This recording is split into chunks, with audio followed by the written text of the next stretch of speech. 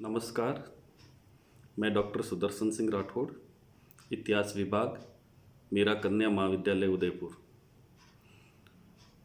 हम भारतीय राष्ट्रीय आंदोलन पर चर्चा कर रहे हैं और आज का हमारा विषय है 1935 का अधिनियम, एक्ट ऑफ 1935, जिसको भारत शासन अधिनियम 1935 के नाम से भी जाना जाता है, गवर्नमेंट ऑफ इंडिया एक्ट 1935।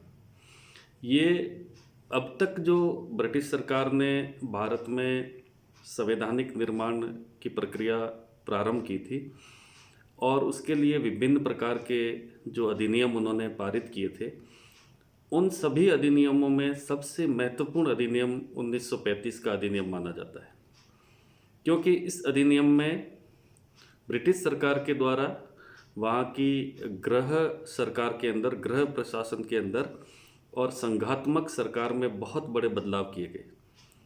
और ये अधिनियम इतना महत्वपूर्ण है कि जब स्वतंत्रता के बाद में हमारे देश में संविधान का निर्माण हुआ तो भारत के संविधान की जो धाराएं हैं, उन धाराओं में लगभग 2/3 हिस्सा, जिसको हम कह सकते हैं कि लगभग 75% भाग हमारे भारतीय संविधान का इस 1935 के अधिनियम पर ही आधारित है। तो ये जो अधिनियम पारित किया गया था, इससे पूर्व हमने 1919 के अधिनियम पर चर्चा की थी और 1919 के अधिनियम के अंदर बहुत सारे दोष थे और उन सब दोषों के कारण भारतीय जनता ने उस अधिनियम को स्वीकार नहीं किया। तो इसी के क्रम में कुछ सुधार लाने के लिए ये अधिनियम जो है अगस्त 1935 में ये एक्ट पारित हुआ। तो इस अधिनियम में मुख्य जो बातें क्या थी उस पर हम सबसे पहले विचार करेंगे। तो इस अधिनियम में 3 प्रमुख विशेषताएं थी।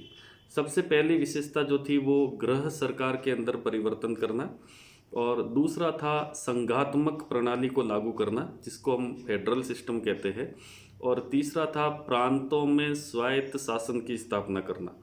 तो ये 3 महत्वपूर्ण जो है सुधार इस अधिनियम के अंदर जोड़े गए थे। तो सबसे पहले कि गृह सरकार के अंदर इस अधिनियम के द्वारा क्या परिवर्तन किया गया, क्योंकि इससे पूर्व जो भारत परिषद थी, उस भारत परिषद को अब यहाँ पर समाप्त कर दिया गया, काउंसिल ऑफ इंडिया। और वो भारत परिषद जो थी वो भारत सचिव, सेक्रेटरी टू इंडिया जो नियुक्त होता था, उस भारत सचिव को सलाह देने का काम करती थी। तो उस भारत परिषद को समाप्त करके उसके स्थान पर परामर्शदाताओं की एक समिति का गठन किया गया। और ये जो परामर्शदाता थे, इनकी कुल संख्या 6 रखी गई थी, जो कि भारत सचिव को सलाह देने का काम करते थे। और इनकी कम से कम संख्या 3 हो सकती थी और अधिकतम संख्या इसकी जो थी वो 6 रखी गई थी। और इसके आधे सदस्य जो थे वो ऐसे सदस्य होने चाहिए थे जो कम से कम 10 वर्षों से भारत में निवास कर रहे हो, और 10 वर्षों में भी जो पिछले 2 वर्षों में भारत के बाहर कहीं पर भी नहीं गए हो, ऐसे आधे सदस्य इसके अंदर नियुक्त किए गए। तो इस तरीके से जो है वो गृह सरकार के अंदर ये परिवर्तन किया गया। दूसरा जो था वो संघात्मक सरकार, जिसको हम फेडरल गवर्नमेंट कहते हैं या संघीय व्यवस्था कहते हैं, उसके अंदर भी महत्वपूर्ण जो है वो परिवर्तन इसके अंदर किए गए। तो इसके अंदर जो गवर्नर जनरल था, उस गवर्नर जनरल के नियंत्रण में संघात्मक शासन प्रणाली की स्थापना की गई। और ये जो संघात्मक शासन प्रणाली थी, इसके अंदर 2 सदन, केंद्र के अंदर 2 सदन इसके अंदर बनाए गए। उच्च सदन को राज्यसभा कहा गया और निम्न सदन को संघीय सभा की संज्ञा दी गई। और ये जो उच्च सदन था, उस उच्च सदन में सदस्यों की संख्या 250 रखी गई, यानी राज्यसभा के अंदर 250 सदस्य होते थे। और उन 250 में से 156 जो सदस्य थे वो ब्रिटिश भारत के प्रांतों से, उस समय में ब्रिटिश भारत में कुल 11 प्रांत थे, तो उन ब्रिटिश भारत के प्रांतों से 156 सदस्य जो है वो निर्वाचित होकर के आते थे। और 104 जो सदस्य है वो देसी रियासतों से, तो देसी रियासतों के जो शासक थे वो उनको मनोनीत करते थे। तो इस तरीके से कुल मिलाकर के इस उच्च सदन की सदस्य संख्या 250 रखी गई थी। दूसरा जो सदन जिसको हम निम्न सदन कहते हैं, निम्न सदन जो था जिसके अंदर जिसको संघीय सभा की संज्ञा दी गई है, और संघीय सभा की सदस्य संख्या 375 रखी गई थी। तो इन 375 सदस्यों में से 250 सदस्य जो थे वो प्रांतों से आते थे, और बाकी के जो सदस्य थे वो देसी रियासतों से आते थे। तो इस तरीके से संघीय सरकार की स्थापना यहाँ पर कर दी गई। दूसरा जो महत्वपूर्ण कार्य यहाँ पर किया गया वो ये किया गया कि जैसे 1919 के अधिनियम के द्वारा प्रांतों में द्वैध शासन प्रणाली को लागू किया गया था, लेकिन 1935 के अधिनियम में उस द्वैध शासन प्रणाली को केंद्र में लागू किया गया। यानी अब केंद्र में दोहरा शासन जिसको कहते हैं, द्वैध शासन प्रणाली जिसको डायरकी सिस्टम के नाम से जाना जाता है, ये जो डायरकी सिस्टम है, ये जो द्वैध शासन है, दोहरा शासन है, इसका अर्थ ये था कि जो केंद्र के अंदर विषय थे उन केंद्रीय विषयों को जिस पर केंद्र सरकार यानी भारत का जो गवर्नर जनरल या जिसको हम वायसराय कहते थे इस समय में, तो वो जो वायसराय कानून बनाता था उन विषयों को 2 भागों में विभाजित कर दिया गया इस द्वैध शासन प्रणाली के अंदर। उन विषय का 2 भाग जो था जिसमें आरक्षित विषय और हस्तांतरित विषय यानी reserved subject and transferable subjects. तो जो रिजर्व्ड सब्जेक्ट थे, जो आरक्षित विषय थे, उन आरक्षित विषयों पर कानून बनाने का अधिकार गवर्नर जनरल को था, और वो गवर्नर जनरल जो है अपने परामर्शदाताओं की सलाह के आधार पर उन आरक्षित विषयों पर कानून बनाता था। यानी आरक्षित विषय जैसे जो महत्वपूर्ण मामले हैं, जैसे रक्षा है, विदेशी मामले है, वित्त है, ये जो महत्वपूर्ण विषय थे वो आरक्षित विषय की श्रेणी में आते थे। तो उन पर गवर्नर अपने परामर्शदाताओं के सलाह के आधार पर कानून बनाता था।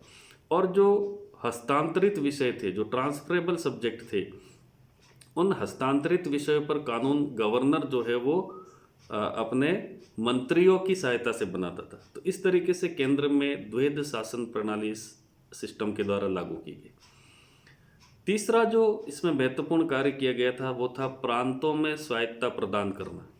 तो प्रांतों में प्रत्येक प्रांत के लिए एक गवर्नर की नियुक्ति की गई, और वो गवर्नर उस प्रांतीय जो उस समय में विधान परिषद और विधानसभा 2 प्रकार की जो है वो प्रांतों में बॉडीज होती थी, और ये सभी प्रांतों के लिए नहीं थी। कुछ जो बड़े प्रांत थे उन प्रांतों में ये दोहरी जो है वो व्यवस्था स्थापित की गई थी कि वहाँ पर विधान परिषद और विधानसभा दोनों सदन थे। बाकी के प्रांतों के अंदर केवल एक सदन होता था जो विधानसभा होती थी। तो ये जो विधानसभा और विधान परिषद थी, भारत के जो बड़े प्रांत थे, बम्बई, बिहार, मद्रास, इन बड़े जो प्रांत थे उन प्रांतों के अंदर इस प्रकार की सिस्टम को लागू किया गया था। और जो प्रांतीय गवर्नर था, उस प्रांतीय गवर्नर को मंत्रियों की सहायता से यहाँ पर कानून बनाने होते थे, और यहाँ पर केंद्र जो है उनके कानूनों में हस्तक्षेप नहीं करता था। तो इसीलिए इसको प्रांतों को की स्वायत्तता कहा गया था, प्रोविंशियल ऑटोनॉमी के नाम से इसको जाना जाता है। बहुत ही महत्वपूर्ण ये बात इस अधिनियम के अंदर थी। आगे जाकर के जब देश आज़ाद हुआ और उसके बाद पंचायती राज संस्थाओं का गठन हुआ और पंचायतों को मजबूत बनाया गया, तो कहीं ना कहीं ये जो प्रोविंशियल ऑटोनॉमी दी गई थी यही उसका आधार बनी थी। इसके अलावा जो और महत्वपूर्ण इसके अंदर काम किए गए, जिसके अंदर प्रांतों के अंदर विषयों का बंटवारा किया गया, और संपूर्ण जो विषय थे केंद्र और प्रांतों के बीच में, उन सभी विषयों के लिए 3 सूचियां बनाई गई जिसको कहते हैं लिस्ट। तो 3 टाइप्स ऑफ लिस्ट थी for the distribution of the subjects. तो ये जो विषयों के वितरण के लिए 3 सूचियां बनाई गई थी, उसके अंदर पहली सूची जो थी, प्रथम सूची, जिसको पहली जो लिस्ट थी जिसको हम संघीय सूची कहते हैं, यानी संघीय सूची के अंदर उन विषयों को रखा गया था जिन पर केवल केंद्र सरकार कानून बना सकती थी। दूसरी जो सूची थी वो थी प्रांतीय सूची, और प्रांतीय सूची में उन विषयों को रखा गया था जिन पर प्रांत कानून बना सकता था। और तीसरी जो सूची थी वो थी समवर्ती सूची, तो समवर्ती सूची के अंदर ऐसे विषय बनाए रखे गए थे जिन पर केंद्र और प्रांत दोनों मिलकर के कानून बनाते थे। तो इस तरीके से इन 3 सूचियों का गठन किया गया। वर्तमान में भी हमारे संविधान में इस व्यवस्था को एज इट इज़ लागू किया गया है। अभी भी जो हमारे सब्जेक्ट्स है वो तीनों लिस्टों के अंदर, तीनों सूचियों के अंदर विभाजित किए गए हैं।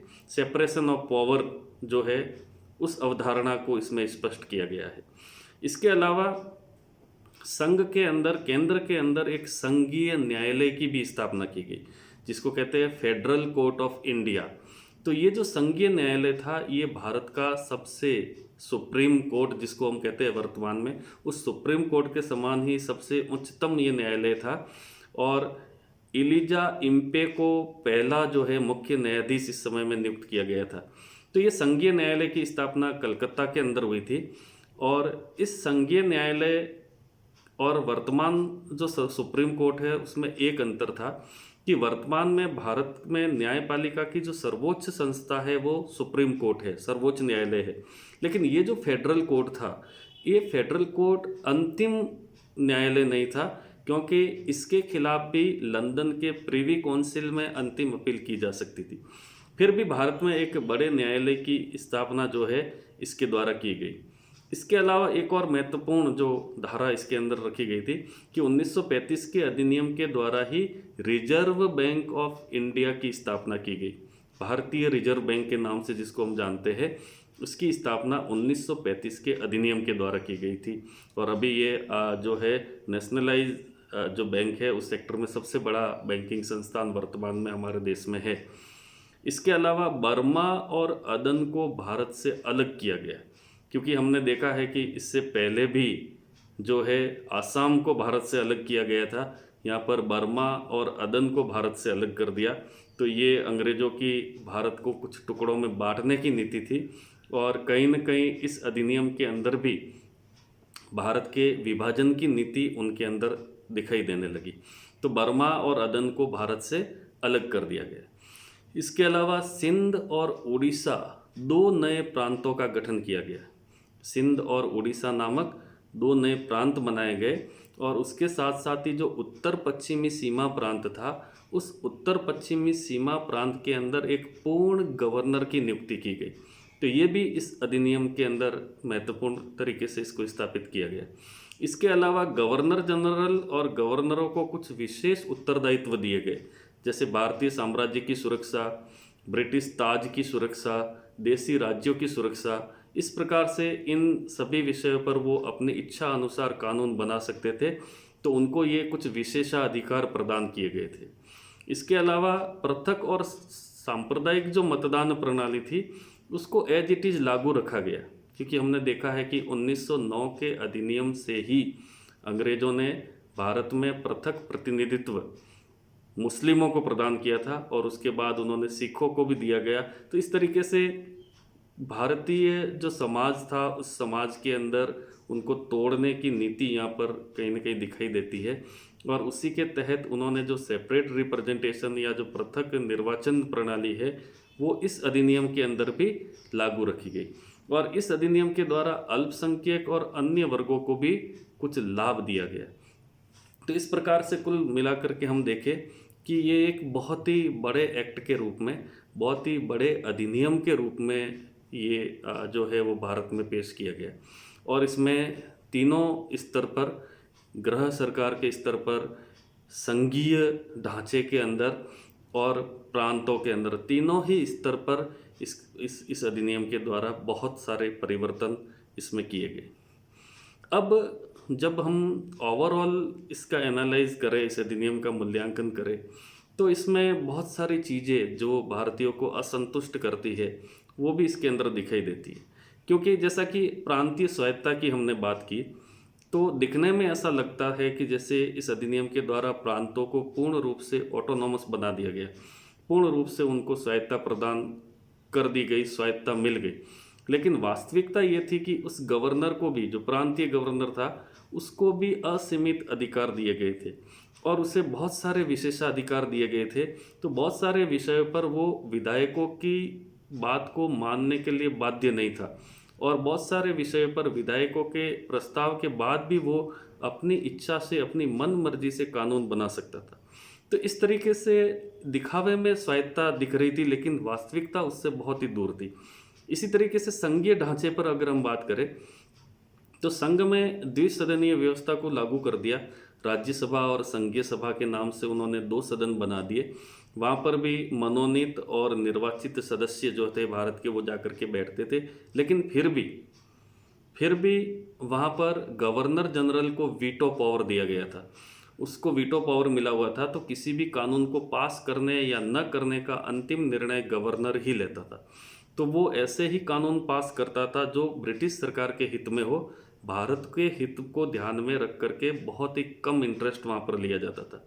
तो इस सारे दोषों के बाद भी ये अधिनियम बहुत हद तक जो है वो भारतीय संविधान के निर्माण में महत्वपूर्ण भूमिका निभा पाए।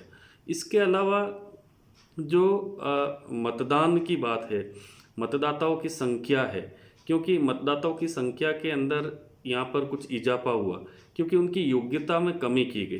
पूर्व में जो योग्यताएं थी वो बहुत ही जिसमें धन या जिसके पास में सालाना प्रतिवर्ष आय कितनी है उसको आधार मान करके, यानी 10,000 रुपये प्रतिवर्ष की आय को आधार मान करके और उन्हें मताधिकार प्रदान किया गया था। महिलाओं को मताधिकार से वंचित रखा गया था। परंतु इस अधिनियम के अंदर इस योग्यता में कमी की गई, यानी वार्षिक आय के अंदर कमी की गई, जिसके कारण मतदाताओं की संख्या में बढ़ोतरी हुई। यानी ये कहते हैं कि पूर्व में केवल 3% मतदाता ही चुनावों में भाग ले सकते थे, तो अब वो संख्या 10% तक बढ़ गई। यानी कुल मिलाकर के 1935 के अधिनियम के अंदर ये पारित होने के बाद में भारत की 13% जो जनसंख्या थी उसको मताधिकार प्राप्त हो गया। फिर भी ये संख्या बहुत अधिक नहीं थी, यानी कुल माने तो उस समय में लगभग 1 लाख लोगों को मताधिकार प्राप्त हुआ था। तो इस तरीके से अगर हम देखें कि कहीं ना कहीं जो सुधारों की बात है, उन सुधारों की बातों में भी बहुत सारा विरोधाभास देखने को मिलता है। और जहाँ पर जैसे हम भारत सचिव, और हम देखें कि भारत सचिव जो है उसमें काउंसिल को ख़त्म करके परामर्शदाताओं की समिति बनाई गई और उसमें भी भारत में निवास की योग्यता रखी गई।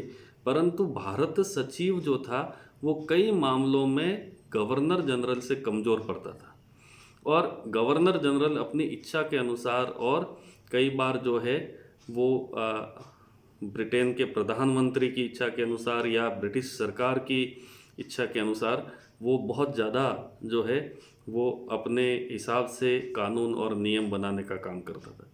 तो इस तरीके से इस अधिनियम के अंदर बहुत सारे ऐसे दोष थे, और फिर भी ये अधिनियम कहीं न कहीं तीनों स्तर पर सुधार को लेकर के आया, और प्रांतों के स्थान पर केंद्र में भी द्वैध शासन प्रणाली जो थी इस अधिनियम के द्वारा लागू हुई। इस तरीके से ये अधिनियम जो है वो भारत में काफ़ी हद तक हम कह सकते हैं कि इसने बहुत सारी ऐसी बातें थी जो भारतीय संविधान के अंदर लागू हुई, और उन बातों के आधार पर ही हमारे संविधान का भी निर्माण हुआ।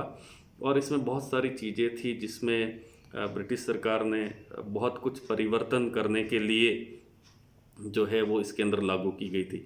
और इसी एक्ट के अंदर जो है आगे जाकर के प्रांतीय सरकारों के गठन की बात भी की गई थी। यानी 1935 के अधिनियम में ये कहा गया था कि अब जो है वो प्रांतीय सरकारों का गठन किया जाएगा, और ये जो प्रांतीय सरकारें थी उन प्रांतीय सरकारों में स्थानीय जो राजनीतिक दल थे, यानी इस समय में सबसे बड़ी जो पार्टी थी वो भारतीय राष्ट्रीय कांग्रेस थी। इसके अलावा यूनियन पार्टी, किसान पार्टी और मुस्लिम जो है लीग, ये प्रमुख पार्टियां थी। तो आगे जाकर के जब 1937 के अंदर इन प्रांतीय सरकारों का गठन हुआ, तो उन प्रांतीय सरकारों के चुनाव होने से भारत के अंदर कहीं न कहीं जो भारतीय थे उन भारतीयों को सीधे सीधे शासन में जाने का मौका मिला, और वहाँ जाकर के उन्होंने अपने तरीके से और अधिक विरोध करना प्रारंभ किया।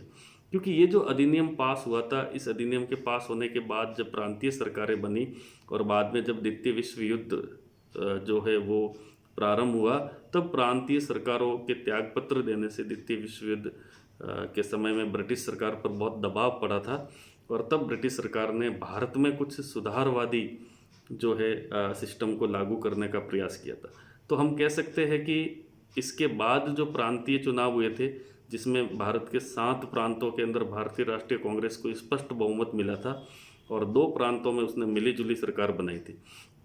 तो इस तरीके से इस अधिनियम के द्वारा सीधे सीधे प्रशासन के अंदर भारतीयों की हिस्सेदारी बढ़ी। बहुत सारे दोषों के साथ भी ये अधिनियम आगे के संविधान के निर्माण के लिए एक महत्वपूर्ण कड़ी साबित हुआ। धन्यवाद। हम अगले वीडियो में इसके आगे के जो है संवैधानिक विकास पर चर्चा करेंगे। थैंक्स।